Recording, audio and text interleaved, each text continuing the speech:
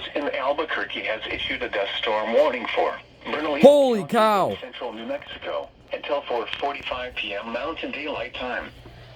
At 4:18 p.m. Mountain Daylight Time, a wall of dust was along a line extending from 14 miles east of Mesita to 7 miles northwest of South Valley, moving north at 35 miles per hour. Hazard, less than a quarter-mile visibility with damaging wind in excess of 60 miles per hour. Source, Holy mobile cow. observations. Impact, dangerous life-threatening travel. This includes the following highways: Interstate 40 between mile markers 132 and 162. Interstate 25 between mile markers 212 and 225. Locations impacted include Albuquerque, South Valley, North Valley, and Tohadley.